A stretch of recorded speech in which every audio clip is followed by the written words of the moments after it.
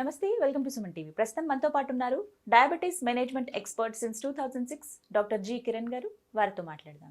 నమస్కారం డాక్టర్ గారు. నమస్కారం అమ్మా. ఎస్, డయాబెటీస్ గురించి ప్రత్యేకంగా అండ్ అలాగే దానివల్ల వచ్చే ప్రాబ్లమ్స్ కానీ రకరకాల ఇష్యూస్ మనం మాట్లాడుకుంటూ ఉన్నాము. మనకు అవగాహన కల్పిస్తూ వస్తున్నారు మీరు. మనం బాగా డిస్కస్ చేస్తున్నాం, రీచ్ అవుతుంది కూడా బాగా. ఇందులో భాగంగా కామెంట్స్ రూపంలో చాలా మంది క్వశ్చన్స్ అడుగుతున్నారు. పర్టికులర్గా ప్రోటీన్ గురించి అడుగుతున్నారు. ప్రోటీన్ అంటే ఇప్పుడు చాలా రకాల ప్రోటీన్స్ అంటున్నారు. అసలు నిజంగానే ప్రోటీన్లో రకాలు ఉంటాయా? మేము పర్టికులర్గా ఏ ప్రోటీన్ తీసుకోవాలి అంటూ అడుగుతున్నారు. సో ఏం చెప్తారు డాక్టర్ గారు? ఇది జనరల్గా మనకు అందరికీ వచ్చే క్వశ్చన్ ఇది ప్రోటీన్ గురించి. సో ప్రోటీన్ అనేది చాలా ముఖ్యమైన విషయం అండి. రకాలు అవన్నీ నేను మళ్ళీ చెప్తాను మీకు. జనరల్గా కామన్ మ్యాన్కి అర్థమయ్యేలాగా ప్రోటీన్ అనేది ప్రతి ఒక్కరికి అవసరం అండి. ఇప్పుడు మనకి ఈ మధ్య కాలంలో ఏంటంటే మనకు తెలియకుండానే ప్రోటీన్ తక్కువ తీసుకుంటూ కార్బోహైడ్రేట్స్ ఎక్కువ తీసుకుంటూ వెళ్ళిపోయాం. ఈ కార్బోహైడ్రేట్స్ ఎక్కువ తీసుకుంటూ వెళ్ళే ప్రయత్నంలో మనము ప్రోటీన్స్ని, పీచు పదార్థాలని అన్నిటినీ మనము మరిచాం.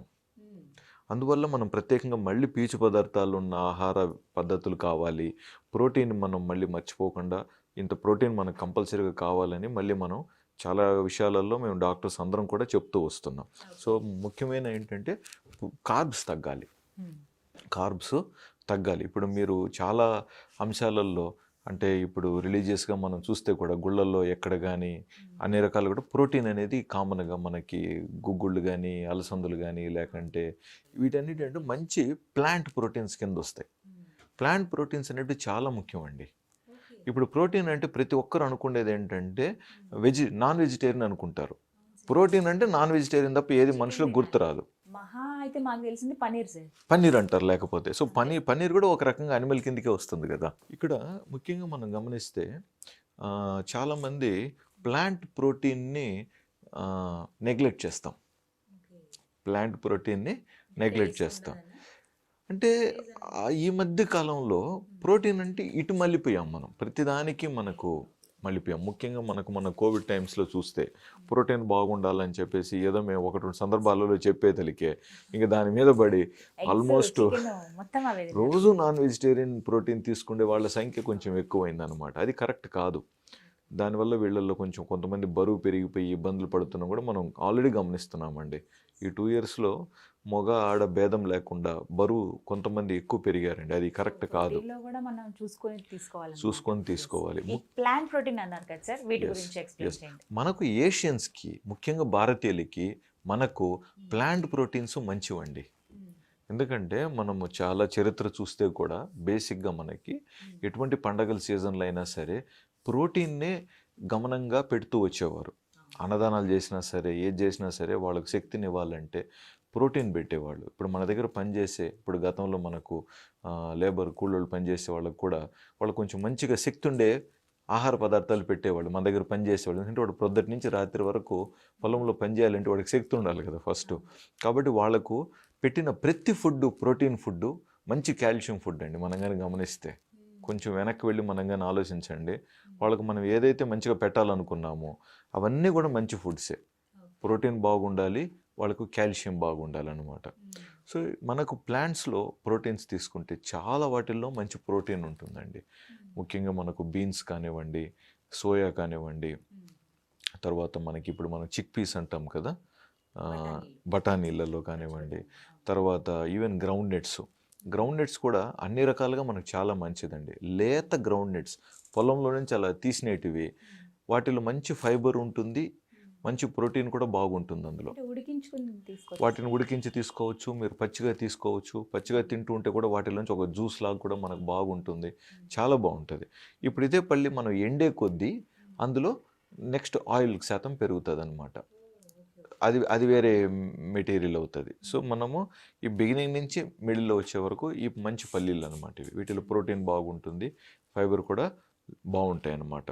కరెక్ట్గా ముద్రకుండా ముదిరే స్టేజ్కి వచ్చిన ఫ్రెష్ పల్లీలు చాలా మంచివండి. మనకు కాకపోతే అవి దొరకట్లే ఇప్పుడు. ఎందుకంటే అవి నిల్వ ఉంచలేరు కదా. కాబట్టి ఇప్పుడు ఏదైనా కూడా ప్రతిదీ నిల్వ ఉంచడం అన్ని వ్యాపార పరంగా వెళ్ళిపోతున్నాయి ఇప్పుడు.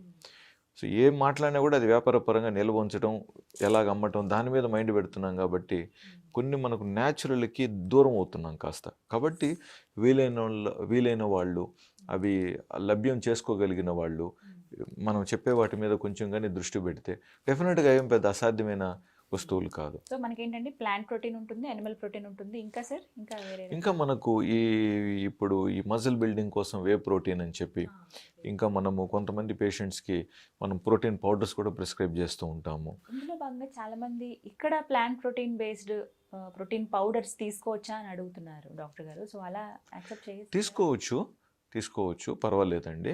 బట్ వాళ్ళు ఎందుకు తీసుకోవాలనుకుంటున్నారు? ఎంత అవసరం ఒక మనిషికి?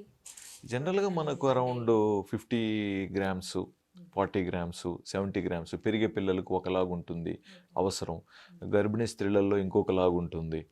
అదేవిధంగా మనకు మంచిగా వ్యాయామం చేస్తూ రోజు ఇంత వాకింగ్ ఎక్సర్సైజ్ చేసే వాళ్ళకి ఒకలాంటి అవసరాలు ఉంటాయి. సో అట్లా ప్రతి వారికి మారుతూ ఉంటుందన్నమాట. లేదా ఇప్పుడు కొంతమందికి ఇప్పుడు కిడ్నీ ట్రబుల్ ఉందనుకుందాం, లేకంటే ఇంకా వేరే ఇతర సమస్యలు ఉన్నప్పుడు డాక్టర్స్ వాళ్ళకి ప్రోటీన్ శాతం తక్కువ తీసుకోవాలని చెప్పుంటారు. సో నేను ఆ టాపిక్ టచ్ చేయట్లేదు, వాళ్ళ అవసరాలు వేరే ఉంటాయి. జనరల్ సంఖ్యలో అంటే ఒకవేళ ప్రోటీన్ తక్కువైతే ఎలాంటి సైడ్ ఎఫెక్ట్స్ ఉంటాయి సార్? ప్రోటీన్ మనిషి చాలా నీరసం ఉంటుంది, ముఖ్యంగా కండబలం కోల్పోతారు, సార్కోపీనియా వచ్చేస్తుంది. సో కండబలం తగ్గిపోతుంది, చాలా తప్పు అది. ముఖ్యంగా మనకు భారతీయులు కండబలం తగ్గే ప్రమాదం ఎక్కువ ఉంది. అందులోనూ ఈ ప్రోటీన్ తగ్గిందనుకోండి, అది ఇంకా వేగంగా ఈ సార్కోపీనియా అనేది డెవలప్ అవుతారు. ప్లస్ మనం ఏంటి, శారీరక శ్రమ అనేది కనీస శారీరక శ్రమలో కూడా ఈరోజు మనం లేం, ఇంకా కిందికి వెళ్ళిపోతున్నాం. కాబట్టి శారీరక శ్రమ అనేది ప్రతి ఒక్కరు కాస్త మనకి ఇంప్రూవ్ చేసుకోవాలి. అవసరం ఉన్న వాళ్ళే కాదండి, ప్రతి ఒక్కరూ కూడా శారీరక శ్రమ అనేది చాలా చాలా ఇంపార్టెంట్. చివరిగా ఖచ్చితంగా మాట్లాడుకోవాల్సింది, డయాబెటీస్ ఉన్న పేషెంట్స్కి ప్రోటీన్ అనేది ఎంత అవసరం అసలు? మిగతా వారిలాగానే వారికి అవసరం. నేను వాళ్ళకి ఎక్కువ అవసరం అని చెప్పట్లేదు, అలాగని తక్కువ అవసరం అనేది చెప్పట్లేదు. అండ్ రెండోది కూడా ఈ ప్రోటీన్ ఎలా మనకు ఉపయోగపడుతుందంటే, మనం ఏం పని చేయకుండా గమ్మున కూర్చున్నాం అనుకోండి, ఆ ప్రోటీన్ మనకు అంత పనికిరాదు, అంటే పూర్తిగా అది మనకు యూస్ అవ్వదు. ఇంత శారీరక శ్రమ ఉన్నప్పుడు ముఖ్యంగా కండలు దాన్ని వినియోగించుకుంటాయి. కండల పెరుగుదలకు కానీ, కండలు గట్టిగా ఉండటానికి కానీ మనకు ప్రోటీన్ అనేది అవసరం అన్నమాట. సో ఇంత మినిమం మనం ఎక్సర్సైజులు చేసుకుంటూ బాడీకి కావాల్సినట్టుగా, ఎందుకంటే మనం మాట్లాడుతున్నది పెద్దవాళ్ళ గురించి, ముఖ్యంగా 45 ఏజ్ దాటిన తర్వాత కండబలం కరుగుతుంది.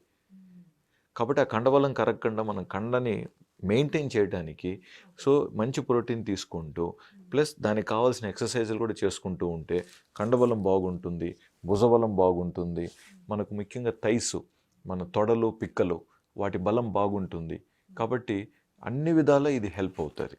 ఓకే, సో ఎవరైనా సరే ప్రోటీన్ చాలా అవసరం, అందులో ప్లాంట్ ప్రోటీన్కి ఎక్కువగా ప్రిఫరెన్స్ ఇవ్వమంటున్నాను అంతే. ఇంకాస్త బెటర్. అవును, ఎందుకంటే అనిమల్ ప్రోటీన్ ఈరోజు సహజంగా అందరు తింటున్నారు, అది వచ్చేస్తుంది ఇప్పుడు. కాబట్టి ఇప్పుడు అనిమల్ ప్రోటీన్ గురించి మనం పెద్దగా చెప్పాల్సిన అవసరం లేదు. ప్లాంట్ ప్రోటీన్స్ మనం మిస్ అవుతున్నాం. సాధ్యమైనంత వరకు న్యాచురల్ గా తీసుకునే ప్రయత్నమే చేస్తాను సార్, కరెక్ట్ పౌడర్స్ అండి, కన్నా కూడా. కరెక్ట్ అది అండి. ఇంకా బెటర్ అండి. నేను కూడా చాలా వరకు ఇంకా తప్పనిసరి పరిస్థితుల్లో వాళ్ళకి తప్పితే సహజంగా అలాగ అందరికీ రొటీన్గా మనము తీసుకొని చెప్పడం మామూలుగా జరగదు. దొరికేవి. ఈ బఠానీలు అని అంటే మనం స్టోర్ చేసుకోవచ్చు, సో మనకి అన్ని అవునండి. రకాలుగా ఫెసిలిటీస్ ఉన్నాయి కాబట్టి Yes. ప్లాంట్ ప్రోటీన్ ని ప్రిఫర్ ఎస్ చేస్తాం ఎస్. ఖచ్చితంగా. అండ్ ఇంకొకటి ఇదే విషయంలో భాగంగా కంపల్సరీగా మనకు ఇంట్లో మనం వండేటప్పుడు అదేవిధంగా రాజ్మా, చెన్న నార్త్లో ఎక్కువగా తీసుకుంటాం, అవి కూడా మనం వాడాలి అన్ని రకాలుగా. చాలామంది కొని తెచ్చుకొచ్చి పెడతారు, మళ్ళీ వండరు. ఈ రాజ్మాలో మళ్ళీ మనకు రెడ్ ఉంటాయి, వైట్ కూడా ఉంటాయి, అవి చాలా చక్కగా ఉంటుంది వాటితో. మనం మంచిగా 4 రకాల కూరలు ట్రై చేయొచ్చు, చాలా ఉన్నాయి. ఎంతసేపు వెజిటేరియన్ అంటే ఏముంది వెజిటేరియన్ అంటారు, వెజిటేరియన్లో చాలా మంచి వెరైటీస్ ఉన్నాయి. ఓపికతో చేసుకోవాలి కానీ బోల్డ్ అని వెరైటీ. కరెక్ట్, కాకపోతే వీటిని ముందు రోజు కొంచెం నానబెట్టుకోవాలి, కొంచెం ప్లాన్ ఉండాలి. రాత్రంతా మంచిగా నానే అనుకోండి రాజ్మా కానీ చెన్నా కానీ, నెక్స్ట్ డే మనకు చాలా బాగుంటుంది అనమాట. ట్రై చేస్తాను సార్ మేము కూడా, ఇంకా ఆ అలవాటు నేర్చుకోవాలంతే. ఇప్పుడు జనరల్గా ఉదాహరణకి జొన్న రొట్టె అన్న వెంటనే అందరూ ఏమంటారు, జొన్న రొట్టె విత్ నాటుకోళ్ళకి వెళ్ళిపోతారు. జొన్న రొట్టె విత్ చెన్నాతో, జొన్న రొట్టె విత్ రాజ్మాతో అద్భుతంగా ఉంటుంది టేస్ట్. రోటీ రాజ్మా కర్రీ మంచి కాంబినేషన్, చాలా మంచి కాంబినేషన్, చాలా మంచి కాంబినేషన్. మరోసారి గుర్తు చేశారు మాకు, ఇళ్లలో దొరికేవి మనం ఎప్పుడు ఉండేవి, ఒకసారి సెర్చ్ చేస్తే మనకే దొరుకుతాయి. సో ఖచ్చితంగా ఫాలో అవుతాను సార్ మీరు చెప్పినవన్నీ. Thank you so much sir, నమస్తే.